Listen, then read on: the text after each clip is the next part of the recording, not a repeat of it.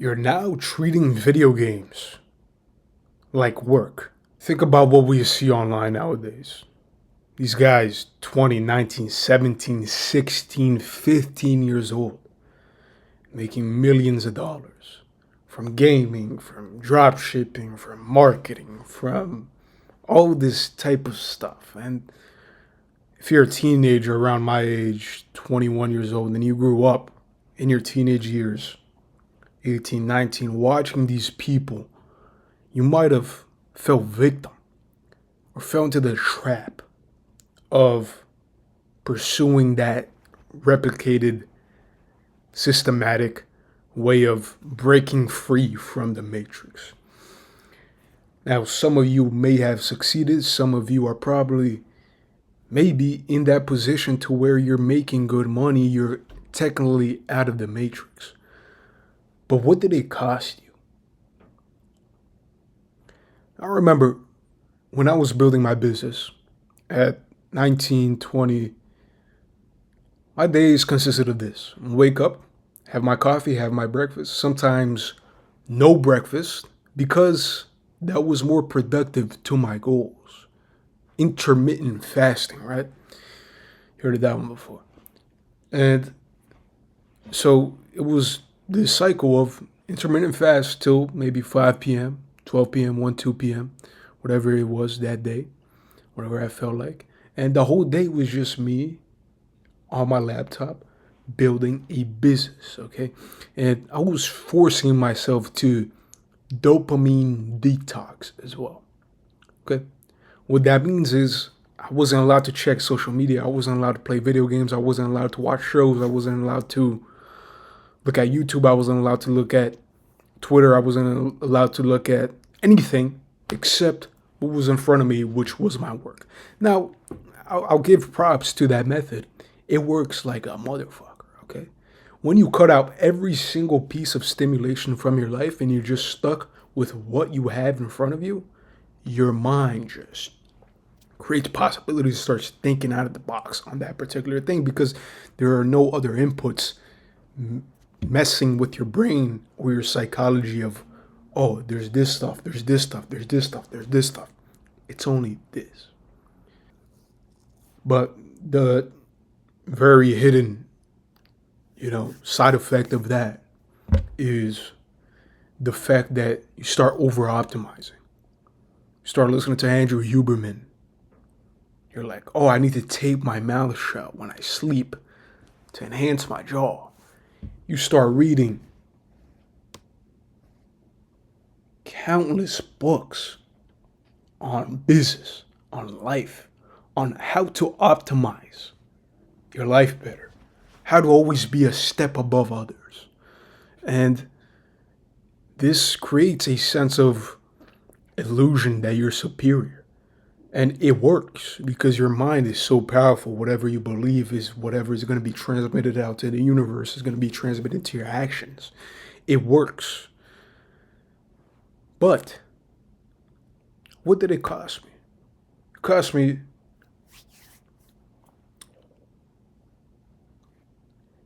me ripping stuff from my life, activities, hobbies that I've been doing since 6 years old. I cut it all off to build the business, to be successful. And why is that? Why did I have to force myself into cutting stuff off that I actually enjoyed in my life to do something that was brought on to me by external sources, by media, by society? You damper down that version of you that's actually authentic to you to go into this place where it feels authentic. It feels like you're doing something right, but it's actually somebody else's dream.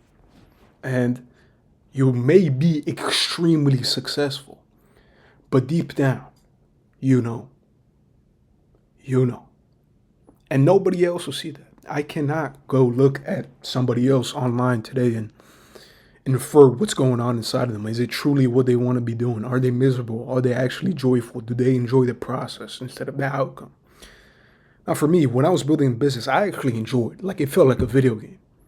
But I was craving something deeper. I made the money. I was making $10,000 in a single month at 20 as a high school dropout.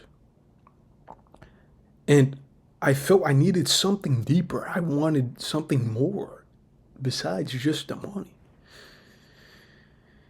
And so I just burned it all down. I said, fuck this shit. I'm not doing this, man.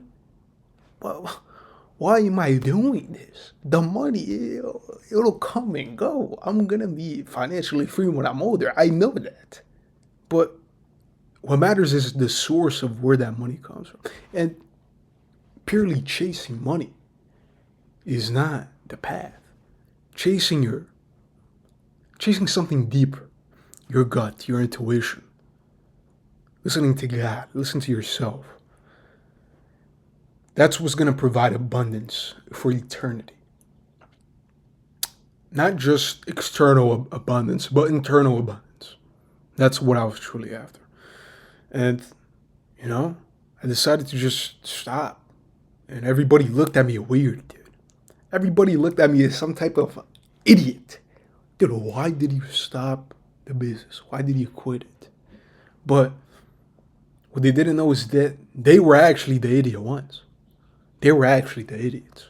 Because they failed to recognize that they haven't lived my shoes. They don't know what I'm feeling inside. And they're portraying society expectations onto me, which makes zero sense, because why would you take a look at all these society expectations from media, external sources, internalize that, and then portray it out to other people because you think that's the right way? Shouldn't you be making your own philosophy through lived experience of your own life and then sharing that, but not forcefully, not forcing other people to live that, just sharing it? Because everybody is different. Everybody has a story. Everybody has a plan made by God to be a type of archetype human, to do whatever they want to do. And so this gets to my point. I struggled, man. Like, I'm fucking broke. And guess what? I don't care. I don't care that I'm broke. I'm 21 years old. I've already made more money than people my age twice, 3 times, 4 times, 5 times the money. I do not care because I know that I know for a fact that this will not be an issue when I'm 25, when I'm 30. Who knows when I'm 35? Who knows? But I just know for a fact that it's not going to be an issue because I've proven myself capable every single time I've been brought down. And this time I brought down intentionally because I'm coming back to something deeper. And this comes back to my main point, like I was saying, that even video games, the thing I grew up playing, 6 years old, father got me a PS2 at 6. I was completing 90 games. I had 90 freaking discs, 90 freaking covers of PlayStation 2 games. And I would just ask my father each week for a new one because I already beat it. He would be like, you already beat this shit? What the fuck? He would just give me games. And I got a PS3. That changed my life. I was trying to trick shot BO2, join a clan, and then I got PS4, Overwatch, Rocket League, got top 500 in Overwatch, boom, boom, boom. And then at 17, why? Why couldn't I have pursued that? Because nobody told me it was possible. Nobody. Everybody tells you, no, bro, you cannot do that. Even your family, unfortunately. You cannot do this because other people will look at you strangely. Other people will look at you weird for doing something like that. So you have to go out, get a real job. And so through living these experiences and having over-optimized my life and now coming back, unoptimizing, doing things inefficiently, it's caused video games, the thing that I love, to even feel like work now. Because that mentality is so ingrained in me. And it takes so much work to get that mentality out of me. And it hurts so much because it feels like I'm regressing. But in fact, I'm actually growing.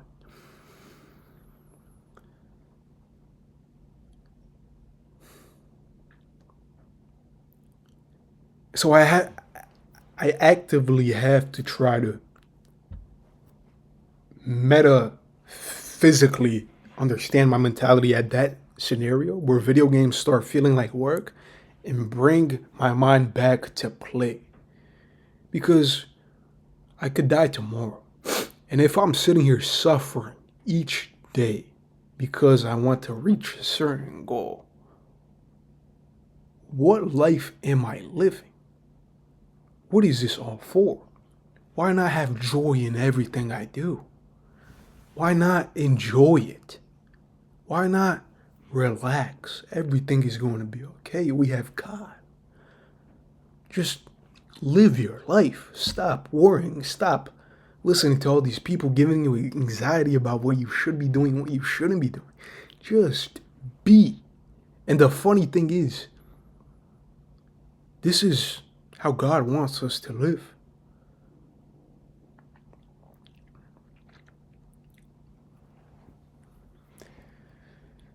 The devil will ruin your mind. He will tell you that you're not doing enough. You need to be doing more. And this only applies, by the way, to something that's actually not yours. If you actually feel it in your gut and your intuition that you want to do something and you want to grind it and it's actually coming from you, by all means, do it. Because you're actually enjoying it. You're actually living your life. But when you're forced to make yourself miserable to chase a goal, that is not you. That is the devil. So I'll leave this video off with, stop treating video games like work. Actually play fucking video games. Have fucking fun in life. Alright? Promise. The world is not gonna fucking end. Okay? You're gonna be fine. What's the worst that can happen? You live off oatmeal for a couple months? You build some skills in that certain arena you're chasing and people see it and now you have an opportunity? You see what I'm saying? Chase your fucking intuition, your gut. Peace.